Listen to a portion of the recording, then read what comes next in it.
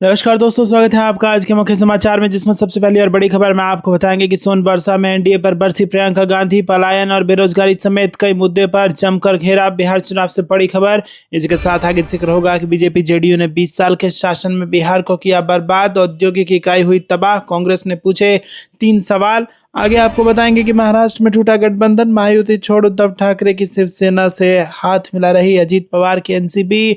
पूरी खबर आपको बताएंगे। साथ ही साथ आगे जिक्र होगा कि पश्चिम बंगाल में एसआईआर पर संग्राम। 4 नवंबर को ममता बनर्जी उतरेंगी सड़कों पर। और इसी के साथ आगे आपको बताएंगे कि नीतीश को मोदी सीएम नहीं बनाएंगे, लिख कर रख लो, बिहार रैली में बोले खड़गे। एनडीए पर जमकर किया प्रहार। दोस्तों, इसी प्रकार की तमाम बड़ी खबरें आपके लिए लेके आए हैं, लेकिन उससे पहले आपसे निवेदन की वीडियो कीजिए लाइक और चैनल को सब्सक्राइब करके बेल आइकन दबाकर कमेंट में लिखिए जय हिंद। रुक करते हैं सबसे पहली और बड़ी खबर की तरफ। सोनबरसा में एनडीए पर बरसी प्रियंका गांधी। पलायन और बेरोजगारी समेत कई मुद्दों पर जमकर घेरा। जी हाँ दोस्तों, बिहार विधानसभा चुनाव प्रचार के बीच सोनबरसा में कांग्रेस महासचिव और सांसद प्रियंका गांधी ने सोमवार को एक चुनावी सभा को संबोधित किया। अपने भाषण में उन्होंने केंद्र और राज्य की एनडीए सरकार पर सीधा हमला बोला और कहा कि बिहार में जनता के वोट को चोरी करने की साजिश की जा रही है।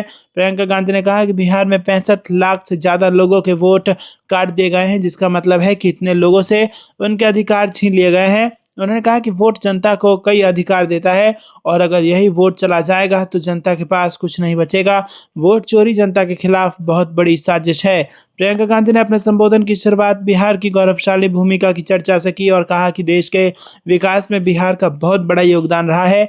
हमारे संविधान ने आपको वोट देने की शक्ति दी है, इसलिए अपनी इस शक्ति को पहचानिए और गर्व कीजिए कि आप बिहार के नागरिक हैं। रुक करते हैं अगली ब्रेकिंग न्यूज की तरफ। बीजेपी जेडीयू ने 20 साल के शासन में बिहार को किया बर्बाद, औद्योगिक इकाइयां हुई तबाह, कांग्रेस ने पूछे 3 सवाल। जी हाँ दोस्तों, बिहार विधानसभा चुनाव को लेकर राजनीति अपने उफान पर है। एनडीए जहां अपने पुराने हथियार कथित जंगल राज की राग अलापने में लगी है, तो वहीं महागठबंधन के नेता नीतीश सरकार से 20 साल का हिसाब मांग रहे हैं। कांग्रेस ने बिहार के एनडीए सरकार पर 20 साल के शासन में राज्य से उद्योग को मिटाने और पलायन को बढ़ाने के आरोप लगाए हैं। कांग्रेस महासचिव जयराम रमेश ने सोमवार को सोशल मीडिया प्लेटफॉर्म एक्स के जरिए नीतीश सरकार पर जोरदार हमला बोला। जयराम रमेश ने सोमवार को आरोप लगाया कि बिहार की राष्ट्रीय जनतांत्रिक गठबंधन सरकार ने असीम औद्योगिक संभावनाओं वाले इस प्रदेश में सिर्फ और सिर्फ पलायन उद्योग स्थापित किया है तथा राज्य को विकास एवं उद्योग के राष्ट्रीय नक्शे से लगभग मिटा दिया है। पार्टी महासचिव जयराम रमेश ने यह भी कहा कि जब कांग्रेस ने बिना समुद्र के बिहार में बरौनी, सिंदरी, हटिया और बोकारो जैसे भारी उद्योग स्थापित कर दिए थे, तो आज उद्योग लगाना असंभव क्यों बताया जा रहा है। बिहार की 243 सदस्यीय विधानसभा के लिए 2 चरणों में 6 और 11 नवंबर को मतदान होना है। मतगणना 14 नवंबर को होगी। और उन्होंने कहा कि आज़ादी के बाद अविभाजित बिहार में कांग्रेस की सरकारों ने अनेक औद्योगिक इकाइयां स्थापित की थी, जिन्होंने बिहार को देश के औद्योगिक मानचित्र पर मजबूती से स्थापित किया। उन्होंने कहा कि उस दौर में भारी उद्योग, ऊर्जा, डेयरी और रेल उत्पादन के इर्द गिर्द बिहार में विकास का पहिया तेजी से घूम रहा था। रुक करते हैं अगली ब्रेकिंग न्यूज की तरफ। महाराष्ट्र में टूटा गठबंधन, महायुति छोड़ उद्धव ठाकरे की शिवसेना से हाथ मिला रही अजीत पवार की एनसीपी। जी हाँ दोस्तों, महाराष्ट्र के स्थानीय निकाय चुनावों में सत्तारूढ़ महायुति और महाविकास आघाड़ी का एकजुट रह पाना मुश्किल लग रहा है। एमवीए में अगर राज ठाकरे की एंट्री होती है तो कांग्रेस के बाहर जाने की अटकलें लग रही हैं, क्योंकि कांग्रेस किसी भी कीमत पर राज ठाकरे की उत्तर भारतीयों के बीच नेगेटिव इमेज से डैमेज नहीं उठाना चाहती है। इसी प्रकार से महायुति के लिए कई जिलों में दिक्कत है। रायगढ़ जिले में अजीत पवार की अगुवाई वाली एनसीपी और एकनाथ शिंदे की अगुवाई वाली शिवसेना आमने सामने है।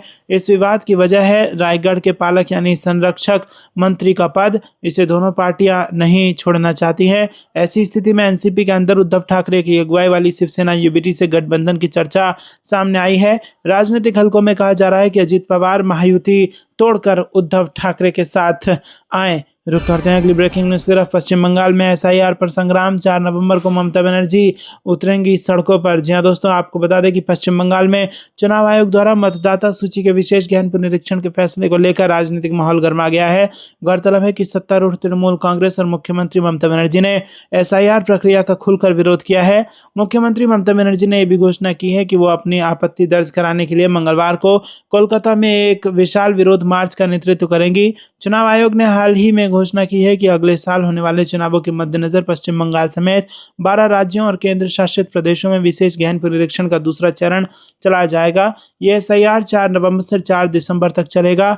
9 दिसंबर को मतदाता सूची का मसौदा प्रकाशित किया जाएगा और 7 फरवरी को अंतिम सूची जारी की जाएगी। जी हाँ दोस्तों, आपको बता दें कि शनिवार को कोलकाता और कई जिलों में BLO प्रशिक्षण सत्रों के दौरान व्यवधान की खबरों के बाद एक नया विवाद खड़ा हो गया। जानकारी के अनुसार सरकारी कर्मचारी ने आधिकारिक ड्यूटी की स्थिति, काम के घंटे और सुरक्षा कवर को लेकर आपत्तियां जताई। BLO के रूप में नियुक्त कई शिक्षकों ने आरोप लगाया कि उनके स्कूलों ने उन्हें प्रशिक्षण के घंटों के दौरान अनुपस्थित चिन्हित किया।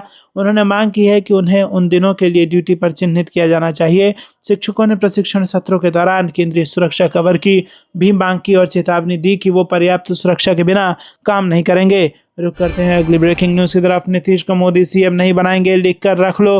बिहार रैली में बोले खड़गे, NDA पर जमकर किया प्रहार। जी हाँ दोस्तों, आपको बता दें कि कांग्रेस अध्यक्ष मल्लिकार्जुन खड़गे ने सोमवार को बिहार के मुख्यमंत्री नीतीश कुमार पर तीखा प्रहार करते हुए आरोप लगाया कि उन्होंने कुर्सी के लालच में समाजवादी मूल्यों, कर्पूरी ठाकुर और राम मनोहर लोहिया के विचारों को भुला दिया है। खड़गे ने दावा किया कि नीतीश कुमार अब प्रधानमंत्री नरेंद्र मोदी की गोद में बैठे हैं, लेकिन मोदी उन्हें आगे मुख्यमंत्री नहीं रहने देंगे। बिहार के वैशाली जिले के राजापाकर विधानसभा क्षेत्र में आयोजित एक जनसभा को संबोधित करते हुए खड़गे ने कहा कि अब ये मोदी की गोद में बैठे हैं, ये लिख कर रख लो। वो नीतीश को मुख्यमंत्री नहीं बनाएंगे, वो अपने किसी चेले को बना देंगे और कहेंगे नीतीश जी आपकी तबीयत ठीक नहीं है, आप घर बैठकर आराम कीजिए, हम आपकी औषधि का इंतजाम करते हैं। रुक करते हैं अगली ब्रेकिंग न्यूज की तरफ। फैसला मीडिया नहीं, कांग्रेस हाईकमान करेगा। कर्नाटक में नेतृत्व परिवर्तन की अटकलों को सिद्धारमैया ने किया खारिज। जी हाँ दोस्तों, आपको बता दें कि कर्नाटक के मुख्यमंत्री सिद्धारमैया ने राज्य में नेतृत्व परिवर्तन की अटकलों को खारिज कर दिया है। उन्होंने कहा कि ये मुद्दा सिर्फ कांग्रेस हाईकमान के अधिकार में है, न कि मीडिया के। पत्रकारों से बातचीत के दौरान सिद्धारमैया ने कहा कि क्या आपके पास और कोई मुद्दा नहीं है? लोग कुछ भी कहते रहते हैं, लेकिन क्या सोनिया गांधी, राहुल गांधी या खड़गे ने कुछ कहा है क्या?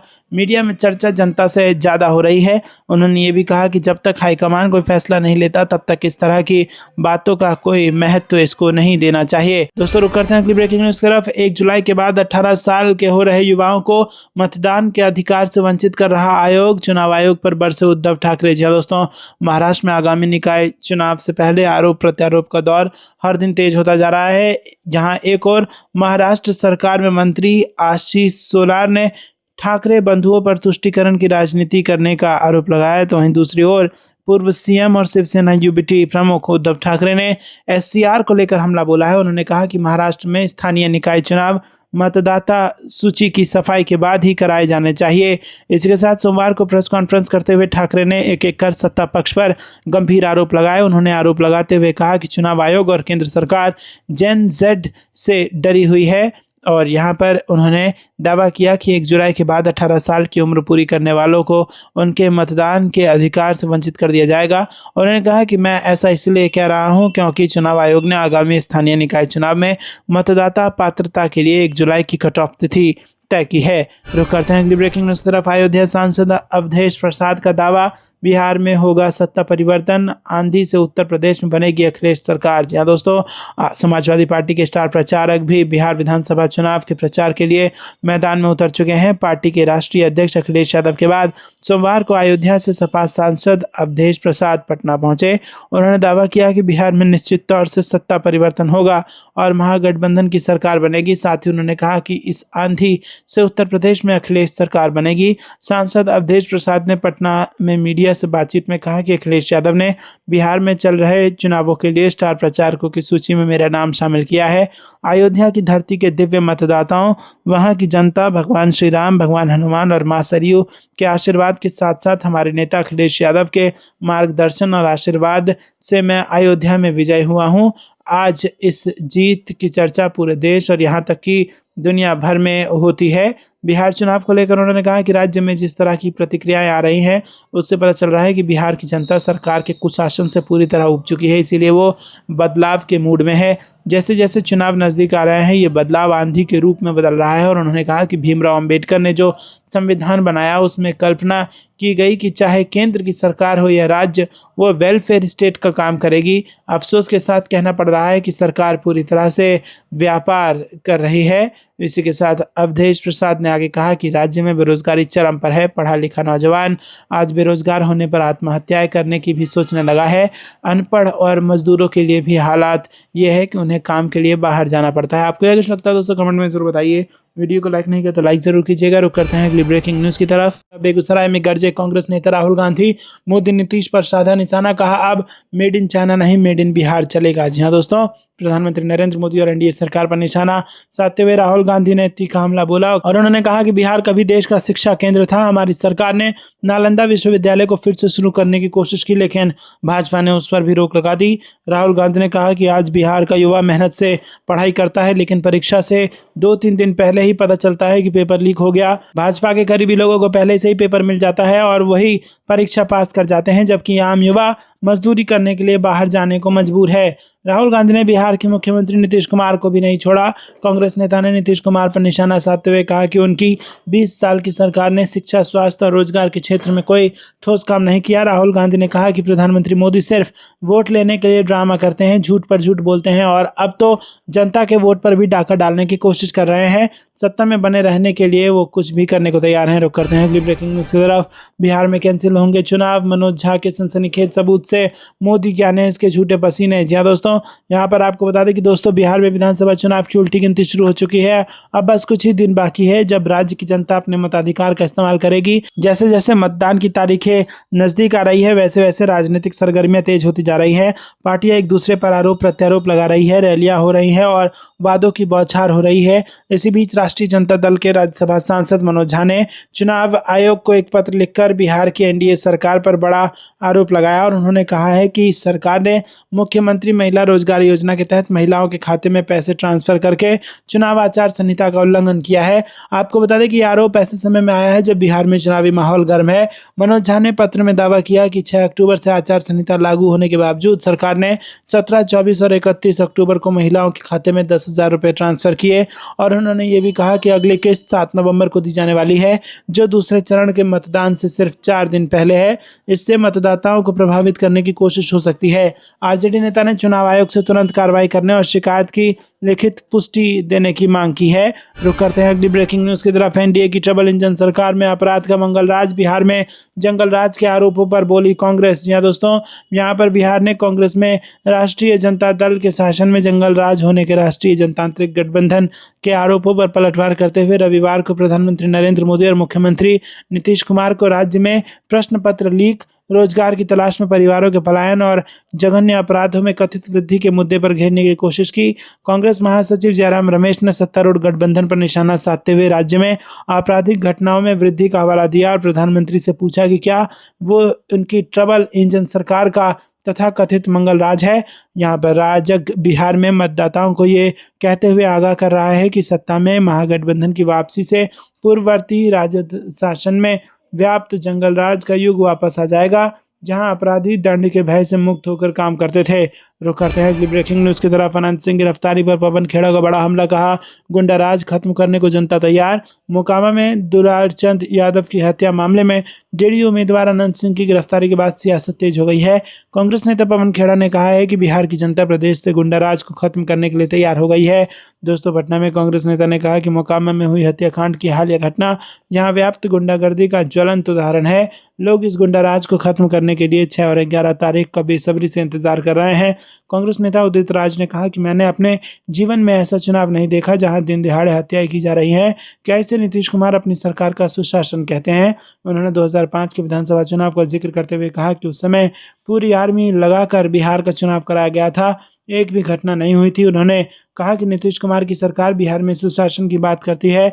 एक तरफ पीएम मोदी और केंद्रीय गृह मंत्री अमित शाह सहित बड़े बड़े नेता वहां जा रहे हैं और बिहार में हत्याएं हो रही हैं।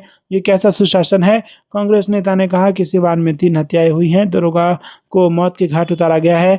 कांग्रेस सांसद तारिक अनवर ने कहा कि बिहार में अपराध की वर्तमान स्थिति क्या है, मोकामा की घटना इसका एक सटीक उदाहरण है। रुक करते हैं अगली ब्रेकिंग न्यूज की तरफ। मध्य प्रदेश में कांग्रेस का बड़ा आरोप, 100 करोड़ खर्च कर रोका ओबीसी को 27% आरक्षण। जी हां दोस्तों, यहाँ पर मध्य प्रदेश में ओबीसी को 27% आरक्षण का मुद्दा एक बार फिर उठा है। कांग्रेस प्रदेश अध्यक्ष जीतू पटवारी ने इसे लेकर राज्य सरकार को घेरा। उन्होंने प्रेस कॉन्फ्रेंस में आरोप लगाया कि मध्य प्रदेश की बीजेपी सरकार ने ओबीसी को आरक्षण का लाभ देने से रोकने के लिए वकीलों पर करोड़ों खर्च किए। जीतू पटवारी ने कहा कि पचमढ़ी का प्रशिक्षण कांग्रेस को नई मजबूती देगा।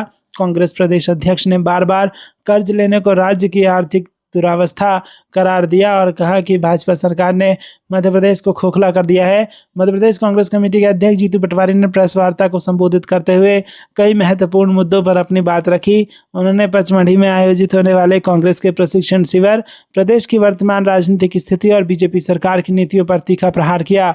पचमढ़ी में शुरू हो रहे कांग्रेस के महामंथन शिविर के संबंध में जीतू पटवारी ने कहा कि इसमें एसआईआर सहित कई महत्वपूर्ण मुद्दों पर विस्तृत चर्चा होगी। रुक करते हैं अगली ब्रेकिंग न्यूज की तरफ। सरकार को बड़ा दिलवाला होने की जरूरत, कांग्रेस नेता शशि थरूर ने दी नसीहत। जी दोस्तों, आपको बता दें कि लंदन की प्रोफेसर फ्रांसिस्का ओर्सिनी को वीजा शर्तों के कथित उल्लंघन के कारण दिल्ली हवाई अड्डे से निर्वासित किए जाने के कुछ दिनों बाद कांग्रेस के वरिष्ठ नेता शशि थरूर का बयान सामने आया है।